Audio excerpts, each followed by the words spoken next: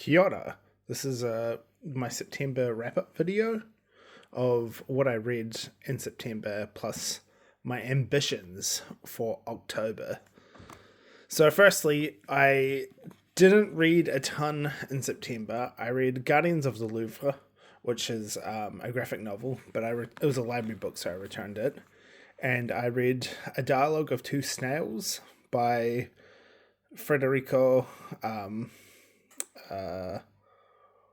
Loca. It's a Spanish name. It's a Spanish poet, and this is just one of those Penguin modern editions. This one was $3, and this was a good sort of read on my coffee breaks kind of book. Nothing really to note. It's just nice. I finished Finnegan's Wake for the whatever time. I didn't read all of this month, but I did finish it, so I probably finished about maybe that much of it. Yeah, it's still my favorite book, and I want to reread it again, but I'm not immediately jumping into another reread. I want to read some other stuff before that.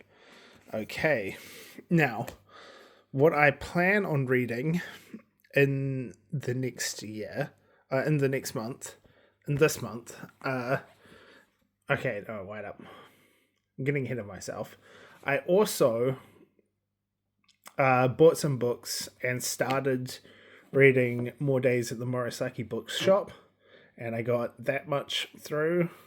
And then, in true not sticking to one thing, I bought China Miéville, The City and the City, and I got through that much. And I picked back up The Republic and got through that much. So these were sort of spontaneous reads, but not ones that I planned on finishing. They were just kind of like new books at the bookstore, kind of pickups, plus picking back up Republic by Plato, just for some light reading in between books. I do plan on finishing these books. I might read The City and the City, as I want to read a dystopian this month, and The City and the City can, in some senses of the word, be classed as a dystopian. Don't really want to spoil the premise of this book too much, but it does lean into the dystopian fiction. It's doing its own thing. It's more of a more Kafkaesque and more crime thriller than traditional dystopia, but still has that aspect to it. Republic is, well, it's basically a philosophical dialogue between Socrates and a bunch of Athenians written by Plato, where Socrates investigates justice, and in the process of doing that creates an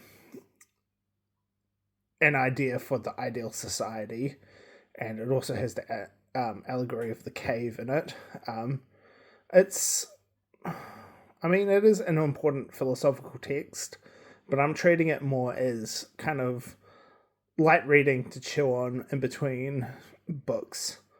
I do want to reread this when I finish this and really sink my teeth into it, but right now it's just kind of, it's good philosophical writing, and it's a good dialogue, and it's fairly accessible, so it's just good kind of brain chewing food. Like, it's kind of like chewing gum, but for my brain. And then the Days at the Murasaki Bookshop. I read Days at the Murasaki Bookshop, and this is the sequel, More Days. I enjoyed the first one quite a lot. In particular, I thought the plot of the first one was a little weak, but I really enjoyed its references to modern Japanese authors, And this book leans more heavily into talking about modern Japanese authors. And obviously, the author did quite a lot of research on modern Japanese writers. So it's good for getting a taste of what's available of those authors. And those authors are, some of them have been translated, but some of them are still in the process of being translated to English. So it's good at getting kind of an idea of the landscape of modern Japanese literature. And when I mean modern, I mean the modern period. So more kind of 1910s to 1950s sort of time period.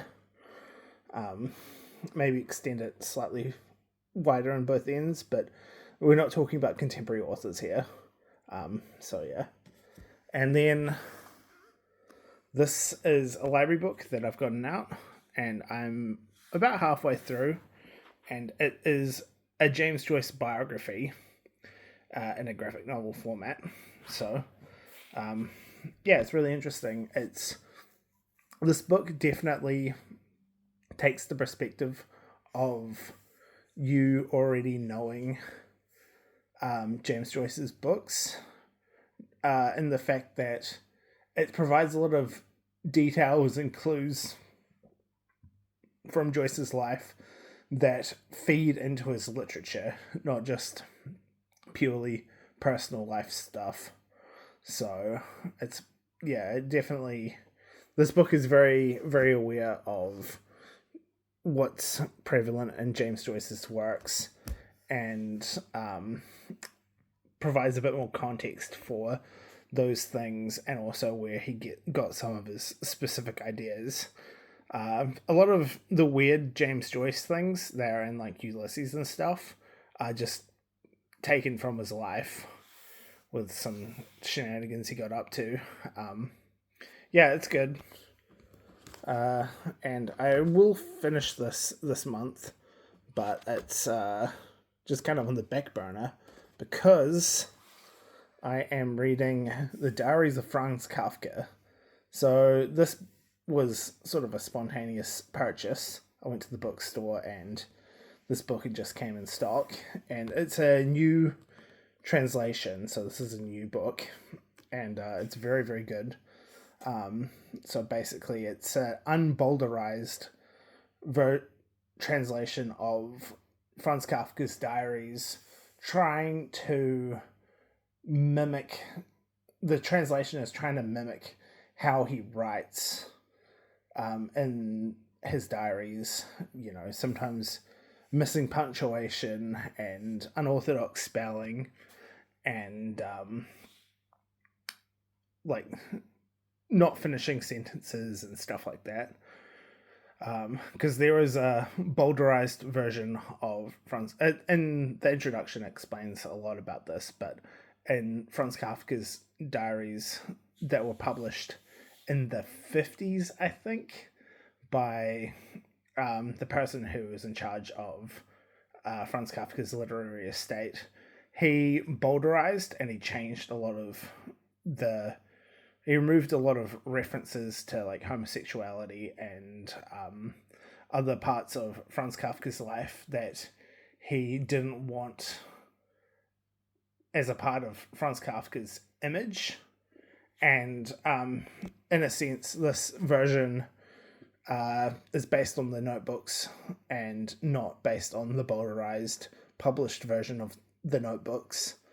And yeah, it's very good. The introduction is, I would say, essential reading for this book because it really helps contextualize the notebooks, but also sometimes the introductions of Penguin Classics can be a little long and rambly, and you kind of like, okay, get to the point. This was maybe under 30 pages and contained a lot of really insightful information on the notebooks and the state of his writing and the significance of it. And yeah, the translation really speaks for itself. So yeah, this is what I am reading, and hopefully I finish this by the end of this month. Plus, read either A Clockwork Orange or The City in the City, and the James Joyce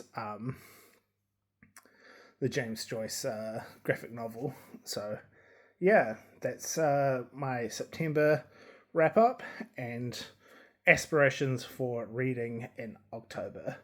As always, my aspirations will not inevitably not align with what I actually end up reading, but that's fine. It's how reading can be, a bit of a mood reader. I have a TBR, but I don't tend to stick to it. My TBR is more books on my bookshelf. But yeah, we'll see. Currently, I've got good momentum for the Diaries of Franz Kafka, so we'll see how that goes. And yeah, I'll guess that's everything. I'll see you in the next video. Cheers.